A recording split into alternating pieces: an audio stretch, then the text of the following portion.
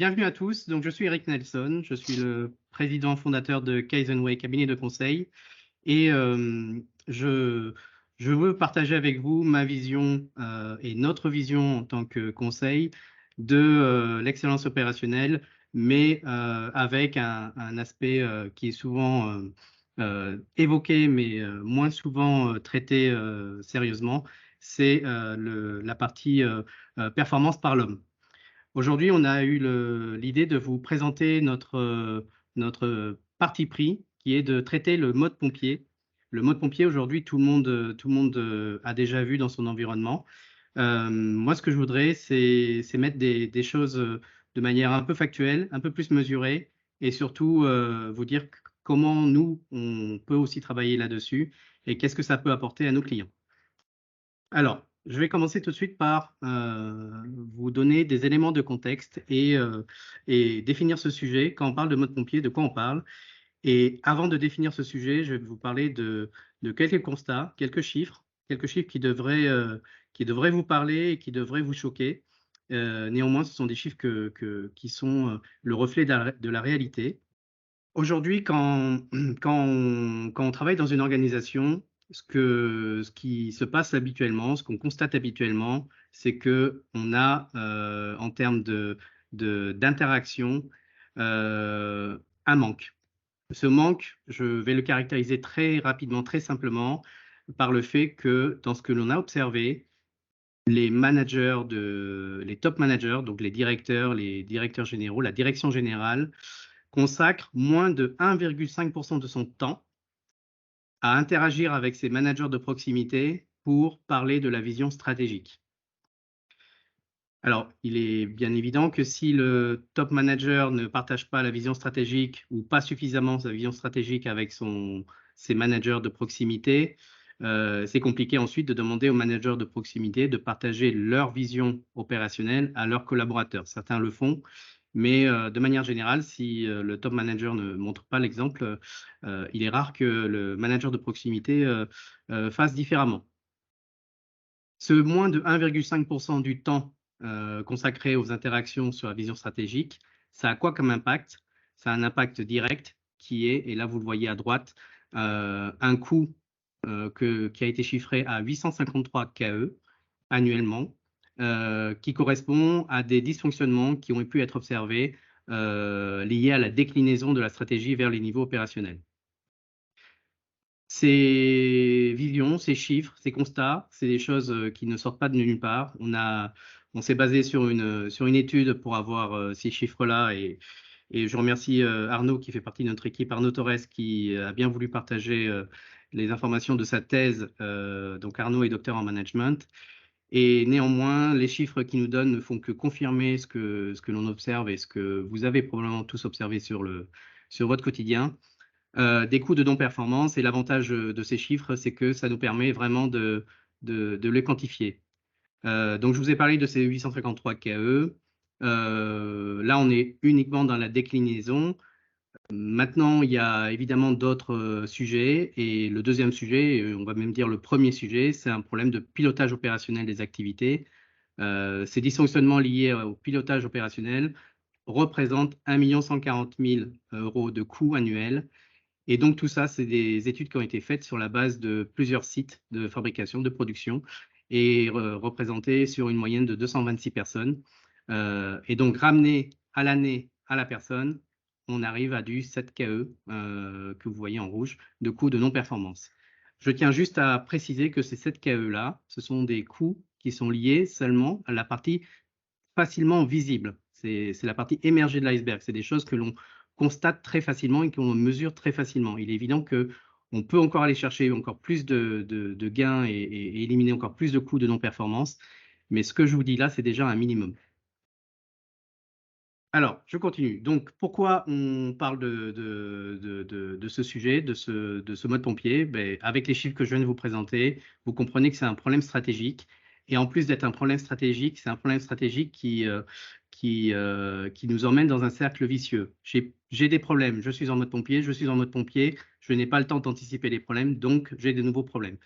Je ne reviens pas sur tout ce que ça peut apporter comme surcoût. Ce travail qui est fait, donc toujours dans l'urgence, ça a des conséquences.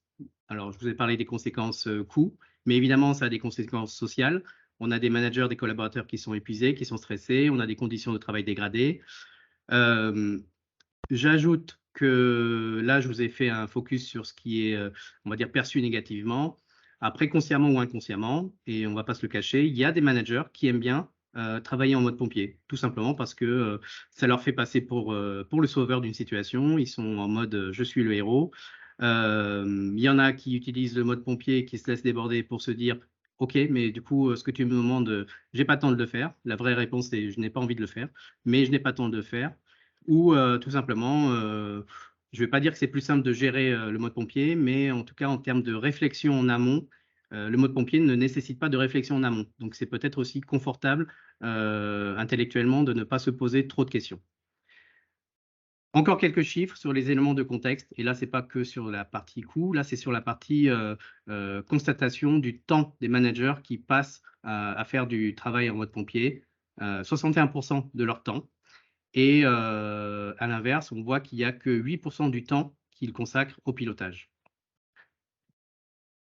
Alors ces éléments nous font du coup voir des dégradations de performance. De manière très concrète, vous le voyez aussi chez vous, c'est quoi? Ça implique des dégradations en termes de glissement de fonction. Le manager fait le boulot de son collaborateur, le directeur fait le boulot de son manager, mais du coup, qui fait le boulot au-dessus? Du coup, il y a des dysfonctionnements, du coup, il y a des trous dans la raquette. Il y a des problèmes de communication. On n'a pas le temps, puisqu'on travaille en urgence, de communiquer. On travaille en silo, etc., etc. Notre focus, c'est de se dire, en travaillant le pilotage, on va réussir à anticiper un maximum de ces non-valeurs ajoutées. Et en travaillant au maximum ces non-valeurs ajoutées, on va augmenter notre part de valeur ajoutée. Et donc, on va développer la performance de notre organisation.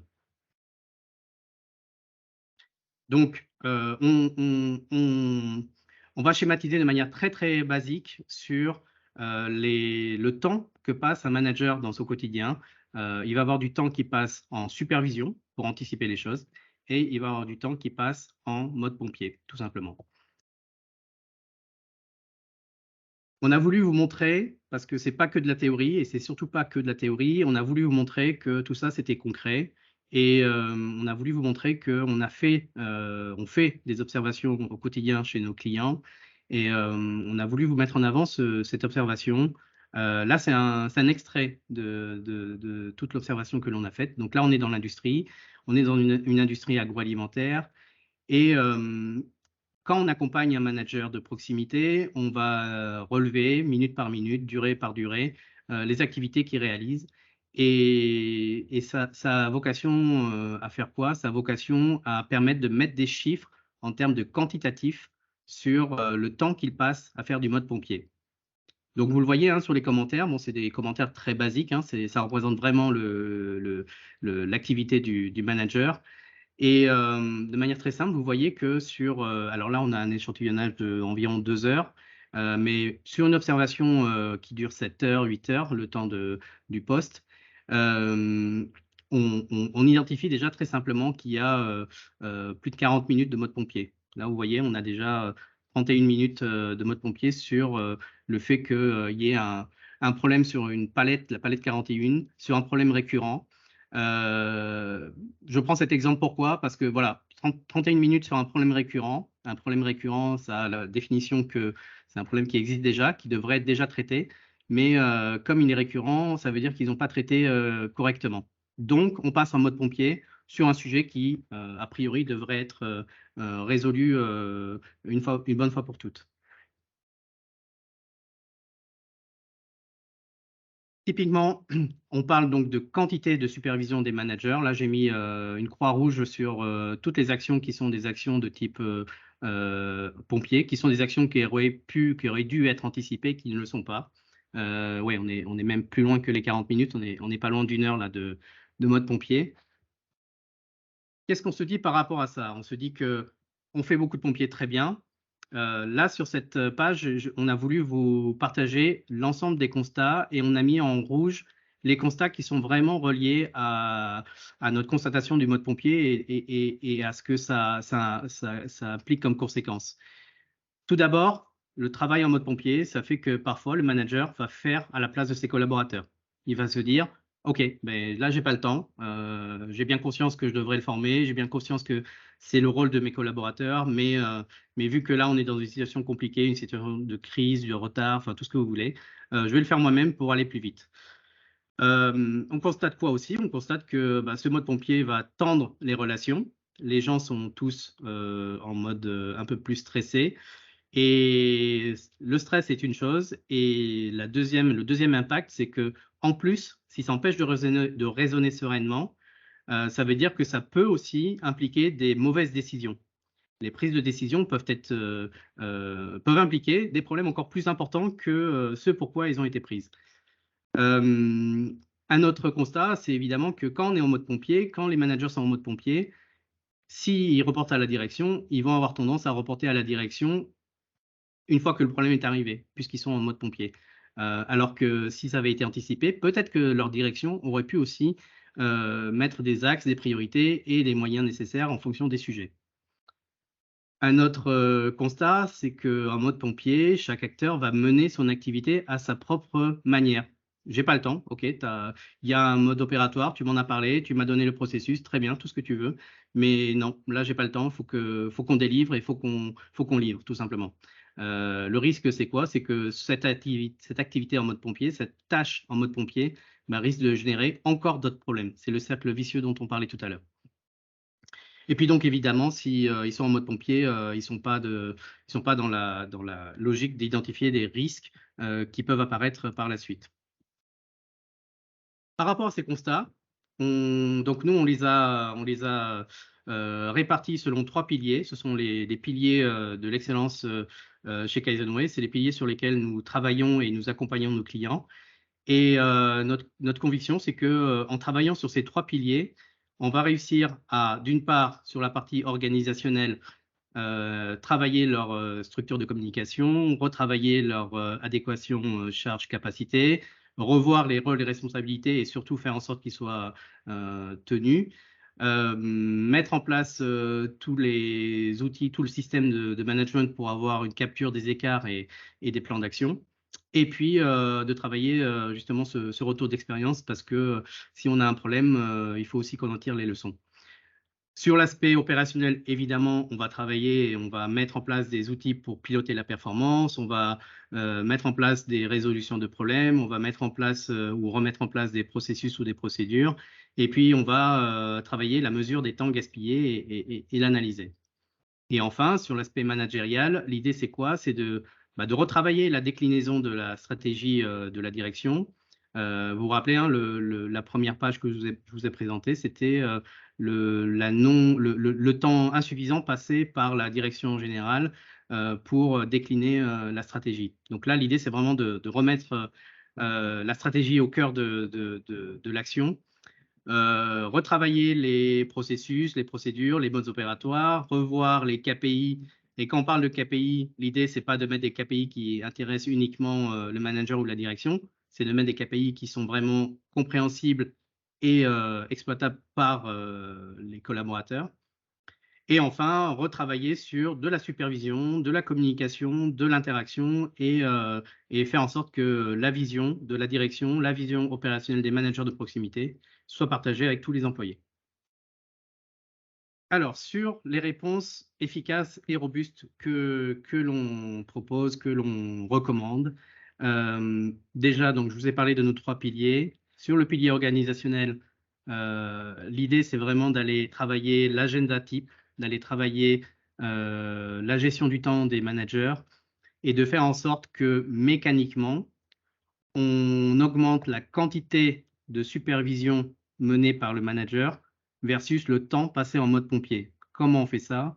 On fait ça en travaillant l'organisation type de la journée, en mettant un maximum de temps de rituel d'échange avec les collaborateurs et puis derrière en prévoyant justement ces temps dans les bons créneaux en fonction du déroulement des journées. On va travailler donc cette mise en place de rituels que l'on appelle des rituels AIC, voilà, que vous devez connaître, hein. On parle d'animation à intervalles courts. L'idée dans la mise en place de ces rituels, c'est de créer toute une structure de communication verticale et horizontale. Donc les infos doivent monter, redescendre et passer aussi en transversal pour aussi éviter les phénomènes de silo. C'est pas parce qu'on est dans une équipe, dans un département qu'on doit rester en termes de communication en communication uniquement au sein de notre équipe. Il faut et on a besoin évidemment de travailler avec les différents départements et justement pour ne pas être en mode je sollicite la maintenance, je sollicite la qualité parce que j'ai un problème aujourd'hui ou j'ai un problème qui date depuis 3 jours et d'il y a 3 jours et je ne fais appel à eux que parce que je n'ai plus le choix. Ces rituels, ils vont permettre justement d'anticiper un maximum ce genre de choses. Et puis évidemment, si ce n'est pas déjà fait, on recommande de mettre en place des Gemba Walk. Les Gemba Walk, c'est faire en sorte que le manager, la direction descendent au niveau du travail du collaborateur. Le Gemba Walk, le principe, c'est de dire que la valeur ajoutée se crée au plus proche des collaborateurs opérationnels. Et il n'y a rien de mieux que de faire descendre la direction dans ce niveau opérationnel pour que, d'une part, les échanges et les sujets à anticiper soient traités. Et puis d'autre part aussi, évidemment, à engager, à valoriser, à challenger les collaborateurs et à leur donner justement cette motivation nécessaire et cette projection, cette vision vers l'avenir. Sur l'aspect managérial, une fois que l'on a travaillé avec les collaborateurs et les managers sur ces visions, on va travailler le référentiel managérial, donc on va le construire avec les managers. L'idée, c'est quoi? C'est de revenir aux valeurs de l'organisation, de revenir aux missions du manager et de se taper dans la main, entre guillemets, avec les managers en se disant, OK, c'est quoi votre boulot vraiment aujourd'hui? C'est quoi à partir d'aujourd'hui, c'est quoi vos missions en tant que manager? Et dans vos missions, de quoi vous devez traiter et comment vous devez le faire à travers les différentes instances de communication, à travers les sujets que vous allez aborder, que vous allez traiter avec vos collaborateurs, et puis à travers aussi l'objectif de performance qu'on vous a délégué. Donc évidemment, c'est des choses qu'il faut faire aussi en mode formation. Il y a aussi des formations à apporter sur certains principes de base, des principes Lean, évidemment, des principes de supervision active. Supervision active, c'est de l'anticipation. Des principes sur de la conduite du changement et puis leur amener aussi la notion de leadership parce que un manager, s'il est comment dire, en fonction, il a aussi pour rôle d'emmener les gens et pas que d'être en mode on est sous l'eau et il faut enquiller les productions. En termes aussi de travail sur le management, tout ça jusque-là, tout ce que je vous dis jusque-là, c'est des choses qui sont, on va dire, très factuelles, très organisationnelles. Le point qui est important dans tout ça, quand on parle de conduite du changement, c'est aussi d'accompagner en mode coaching managérial ces managers-là de proximité. Pourquoi? Le coaching managérial va permettre de faire quoi? Il va permettre d'aller emmener ces managers à aborder les différents points de leur mission, les missions que l'on a co-construites avec eux, évidemment.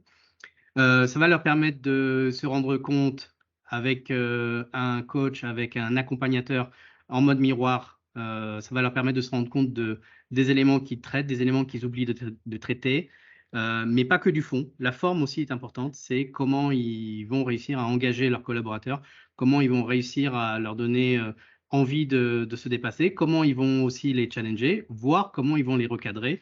Tout ça, ce sont des éléments qui co-construisent et qui permet à tout le monde d'anticiper et de ne pas être uniquement dans le mode pompier.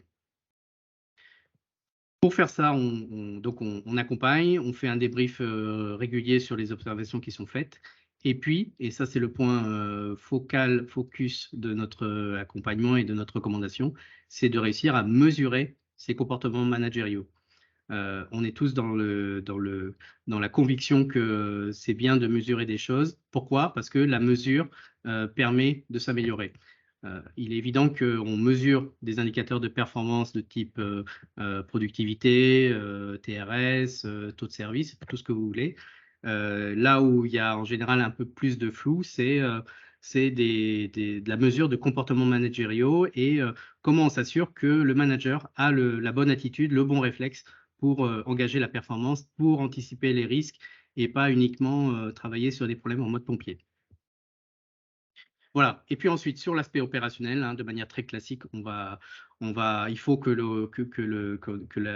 l'organisation reste sur des analyses factuelles, reste sur des analyses de gaspillage, de type flux, de type résolution de problèmes. Parce que tout ça, ça fait quoi? Tout ça, ça permet de maîtriser la situation et de ne pas dériver vers un mode pompier. Alors, je continue. Les résultats obtenus aujourd'hui, Alors, j'ai pris le parti de vous présenter un exemple très concret où on a démarré justement par échanger avec un client qui nous disait vouloir un peu plus anticiper les choses et surtout, il disait qu'il avait vraiment des enjeux de productivité parce que à travailler en mode pompier, ils identifiaient, sans forcément beaucoup le mesurer, mais ils identifiaient d'une part que le mode pompier était un peu la règle quotidienne, la culture d'entreprise même, et d'autre part, ils identifiaient du coup qu'il y avait quand même pas mal de gains à aller chercher. Donc on a fait quoi? On a été faire notre diagnostic et on a fait notre mesure, nos observations sur le terrain. Et il en est sorti là sur une observation qui a été faite. Vous voyez le premier diagramme qui indique que dans ce qui a été observé, il y avait 5% du temps du manager de proximité qui était consacré à de la supervision active. Donc la supervision active, je le rappelle, c'est manager les équipes en anticipant les risques. 21%, pardon, de travail administratif, 8% de travail manuel et 66% de son temps à faire du mode pompier. Donc vous l'avez vu tout à l'heure, je vous ai montré un exemple de capture des temps passés sur les différentes tâches par le manager. Donc on est dans la même activité. Et 66% de son temps à faire du mode pompier, c'est évidemment énorme. Ce qui est très intéressant, c'est que quand on posait la question au manager concerné, lui, il avait la vision personnelle qui passait la moitié de son temps à anticiper les choses, beaucoup de temps à faire du pompier, mais de l'ordre de 30%, et un peu comment dire, un peu d'administratif et de travail manuel. Ça, concrètement, c'est vraiment des choses que l'on observe très régulièrement. Et ce qui est très intéressant, donc ça, c'était au diagnostic. Et à la fin de notre accompagnement, on a réussi à emmener ce manager, et c'était plutôt le résultat moyen de l'ensemble des managers de proximité, vers plutôt 29-30% de supervision active. Donc là, on est vraiment sur un ratio hyper intéressant. Et on avait réduit le mode pompier pour le descendre à 32%. J'anticipe Alors, Eric, certaines questions. Oui. voilà, justement, je me permets, parce que ça y est, les questions commencent à arriver. Juste sur la partie ratio, je reviendrai sur la question de Greg dans quelques minutes. Pierre Mollard nous demande quel serait le bon ratio d'occupation du temps en mode pompier. Voilà, donc je savais que tu allais l'anticiper, mais au moins, C'était ça apporte la exactement sur réponse de ça tout que le monde. j'allais anticiper. Donc, j'anticipe. Bon, non, du coup, je suis en mode pompier. Je réponds à la question. Euh, C'est ça. donc, à la question du ratio, il n'y a pas de chiffre dans l'absolu à absolument respecter parce qu'il est évident que euh, si on intervient dans une entreprise de maintenance curative, on ne va pas lui dire qu'il faut diminuer un maximum le travail en mode pompier puisque c'est le cœur de leur activité. Donc c'est vraiment évidemment dépendant de l'activité, mais de manière générale, si on arrive à équilibrer le mode pompier avec la supervision active, on est dans le bon ratio. Évidemment, encore une fois, c'est pas une règle absolu, c'est vraiment en fonction de la nature de l'activité. Mais quand même, dans 80% des organisations que l'on a accompagnées, le ratio autant de supervision active que de mode pompier était un ratio raisonnable. Et je dis raisonnable pas dans le sens de l'objectif que l'on peut atteindre, parce que l'objectif, si demain, avec la direction du client concerné, on décide de mettre 80% de supervision active, on va le faire. Sauf que d'une part, on ne va pas forcément obtenir les résultats, ça peut être contre-productif. Et puis d'autre part, notre but, c'est d'intervenir de manière pérenne. Ça veut dire quoi? Ça veut dire que à la fin de la mise en place de ces activités-là, c'est pas intéressant si on est arrivé à 80% de supervision active et que 3 mois plus tard, 3 mois après notre départ, elle repasse à du 60%, à du 5%. Donc, le but, c'est de trouver un ratio équilibré, mais équilibré dans le sens pérenne, pour que ça puisse tenir aussi la durée.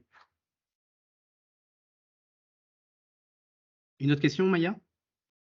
Alors, il y avait une autre question, en l'occurrence, en lien avec justement l'ICM, pour le coup. Question de Greg Davy. Bonjour, avec cet alors ICR, mais je pense que vous vouliez dire ICM, prenez-vous en compte le principe de Peter? Absolument. De Peter. Oui, absolument. Et on se fera un plaisir comment dire, de rentrer dans le détail avec vous par la suite si vous le souhaitez. On est vraiment dans une, comment dire, dans une considération globale et pas que chiffres, mesures de performance. Aujourd'hui, quand on va dire, accompagner nos clients et les organisations, les différentes situations que l'on observe, il y a évidemment beaucoup de différences entre les organisations que l'on accompagne. Donc évidemment que les principes sont comment dire, applicables plus ou moins facilement chez l'un chez l'autre, mais globalement on fait en sorte de tracer on va dire l'accompagnement de manière à ce qu'on trouve cet équilibre entre l'investissement humain et l'investissement, enfin le résultat gain. Donc, ces résultats que je vous montre qui vous permettent de voir que oui, mécaniquement, on va aller chercher plus de supervision active. Évidemment que je le fais en mode synthèse et que c'est quelque chose que l'on fait sur l'ensemble de la couche managériale. Évidemment que c'est quelque chose que l'on fait, mais pas uniquement. Quand on va travailler la quantité de supervision active, ça ne suffit pas, parce que sinon ce ne serait qu'artificiel. Ça ne suffit pas pour aller chercher de la performance, ça ne suffit pas pour anticiper les risques. Ce qu'on va aussi travailler, c'est la qualité de supervision. Donc là, on parle de quantité avec ces graphes, mais on va aussi aller travailler la qualité de supervision. Et c'est cette qualité de supervision qui va nous permettre d'aller justement sur le fond, trouver, anticiper les problèmes et faire en sorte que ce ne soit pas que le manager qui soit le seul concerné, mais que ce soit une démarche qui soit vraiment appropriée par l'ensemble des collaborateurs. Donc, quantité de supervision active et qualité de supervision active. En travaillant ça avec les différentes organisations, ce que l'on fait derrière, c'est que en travaillant sur vraiment chaque couche hiérarchique, on va travailler évidemment les managers de proximité. Je ne l'ai peut-être pas suffisamment évoqué, mais on va aussi aller travailler les différentes couches hiérarchiques jusqu'à la couche de la direction générale. Et je reviens sur la question sur le principe de Peters. Comment on prend en compte cette notion? On ne va pas dire que les gens montent jusqu'à leur niveau d'incompétence maximale. Nous, ce qu'on dit, enfin, leur niveau des compétences, nous, ce que l'on dit, c'est qu'ils arrivent à un niveau où personne n'a su libérer leur potentiel. Alors évidemment, ce n'est pas 100% du temps. Il y a des fois des managers qui sont managers parce que c'est des très bons techniciens et qui sont montés managers par la force des choses parce qu'ils étaient des très bons techniciens. Mais quand même, dans la plupart des cas de managers que l'on accompagne, ils sont pas, on va dire, bloqués dans la révolution parce qu'ils n'en sont pas capables. Ils sont souvent bloqués dans la révolution parce qu'ils n'en ont pas les moyens. Et ils n'en ont pas les moyens parce qu'ils n'ont pas ce terrain pour s'exprimer. Et ce terrain pour s'exprimer, nous, c'est ce qu'on propose d'installer, c'est de l'interaction, de la structure de communication, du coaching managérial, aller travailler de la supervision active, aller travailler la quantité de supervision active et la qualité de supervision active. Et puis derrière, faire en sorte que cette démarche elle soit appropriée par tous les collaborateurs. Au final, ça donne quoi? Au final, ça donne les chiffres que vous voyez là. On sait aujourd'hui apporter à nos clients des accompagnements qui leur permettent d'avoir des retours sur investissement que l'on dit de 1 sur 1 après 12 mois. 1 sur 1, ça veut dire qu'ils peuvent investir une somme dans l'accompagnement et on sait leur montrer qu'à l'issue de l'accompagnement, ils vont être capables d'aller chercher ce pourquoi ils ont investi. Les gains annualisés, c'est encore un autre élément. C'est une fois qu'on a accompagné un client et qu'on lui a permis de mettre en place les bonnes attitudes, les bons réflexes, la bonne organisation et les bonnes actions opérationnelles, il se passe qu'ils arrivent à atteindre des niveaux de performance qui, si elles étaient annualisées, leur apporteraient 2,2 millions de gains. Le temps nécessaire pour installer tout ça, c'est 6 mois. Pourquoi 6 mois? Parce que 6 mois, on prend en compte la courbe du changement, on prend en compte le fait qu'on est dans de l'accompagnement aussi de l'humain et on prend en compte le fait que, évidemment, il y a des périodes qui sont plus compliquées que d'autres. Je ne vous apprends rien quand je vous parle du creux de la courbe émotionnelle, du refus, du temps de négociation, de la peur d'être jugé. Et donc, si on se dit qu'on veut aller chercher des gains de manière pérenne et qu'on fait ça en 2 mois, on serait des charlatans. Donc, l'idée, c'est quoi? C'est de dire, on accompagne sur une période de 6 mois et on met en place les éléments que je vous ai présentés jusque-là pendant 6 mois. Derrière, on sait garantir qu'il y a une amélioration pérenne et on sait la chiffrer. Voilà, pour ma part, c'est ce que je voulais partager avec vous. On est aujourd'hui dans une dynamique où Kaizenway continue à se développer. Les éléments que je vous ai présentés, on continue à les construire, à les améliorer. Et pour réfléchir à ce sujet, pour aller plus loin que ce qu'on fait sur le terrain, parce que ce qu'on fait sur le terrain, ce sont des choses qui sont déjà robustes. Mais pour aller plus loin et pour aller faire un peu plus d'innovation et ne pas rester enfermé dans une boîte, on a créé aussi un lab qu'on appelle le Lab KW. Et au sein de ce lab, qu'est-ce qu'on fait? Au sein de ce lab, on s'autorise à réfléchir différemment, on s'autorise à aller plus loin sur certains sujets, on s'autorise à discuter avec notre communauté de clients, et on s'autorise à faire des tests, à faire des versions bêta.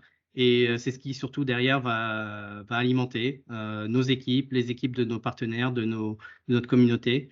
Et l'idée vraiment derrière tout ça, c'est que là, vous avez compris, j'ai pris le prisme du mode pompier.